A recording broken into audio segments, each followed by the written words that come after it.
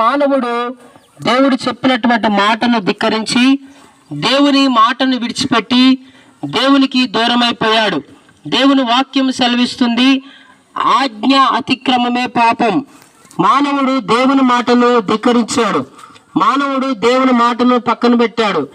మానవుడు అనేకమైనటువంటి ఆశల వైపు చూచి దేవుని విడిచిపెట్టడం వల్ల మానవుడు పాపైపోయాడు.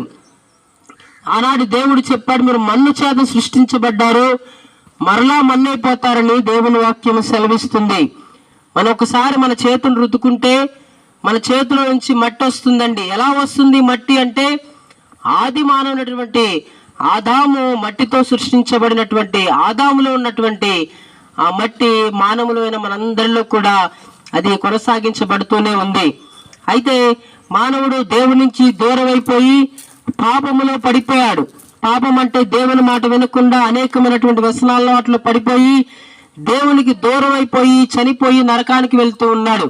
అయితే ప్రభువైన యేసుక్రీస్తు వారు ఏ ఒక్కరూ నశించిపోవడము ఆయనకి ఇష్టం లేదు. దేవుని వాక్యం సెలవిస్తుంది, నశించిన దాన్ని వెతికి రక్షించుటకు ఆయన ఈ లోకమునకు వచ్చెను అని దేవుని లేఖనము సెలవిస్తుందండి. ఏమిటి నశించిపోయింది? చెట్లు నశించిపోయాయా, లేక జంతువులు నశించిపోయాయా, మరి ఇంకేమైనా నశించిపోయాయంటే అవేమీ కాదండి. మానవుడు నశించిపోతూ ఉన్నాడు. మానవుడు మరణించి నరకానికి వెళ్తూ ఉన్నాడు. దేవుడు సృష్టించిన ప్రతి వస్తువు కూడా, ప్రతి జంతువు కూడా, ప్రతి పక్షి కూడా దేవుని మాట వింటుంది. ఒక్క మానవుడు మాత్రమే దేవుని మాట వినడం లేదు. దేవునికి దూరం అయిపోయాడు. దేవుడు కోరుకుంటుంది పరిశుద్ధత.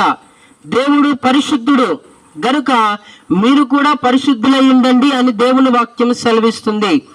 మానవులు పరిశుద్ధతను విడిచిపెట్టి పాపములో తిరుగుతూ పాపములో తన జీవితాన్ని కొనసాగించుకుంటూ ఉన్నారు. అందుకొరకు మానవుడు చనిపోయి నరకానికి వెళ్ళిపోతూ ఉన్నాడు. దేవాతి దేవుడు అయినటువంటి యేసుక్రీస్తు వారు తన బిడ్డలైనటువంటి వారు నరకానికి వెళ్ళిపోతున్నారని ఆయనే 2024 సంవత్సరాల క్రితము మానవుడిగా ఈ భూమి మీదకి కన్యక గర్భాన పుట్టడం జరిగింది.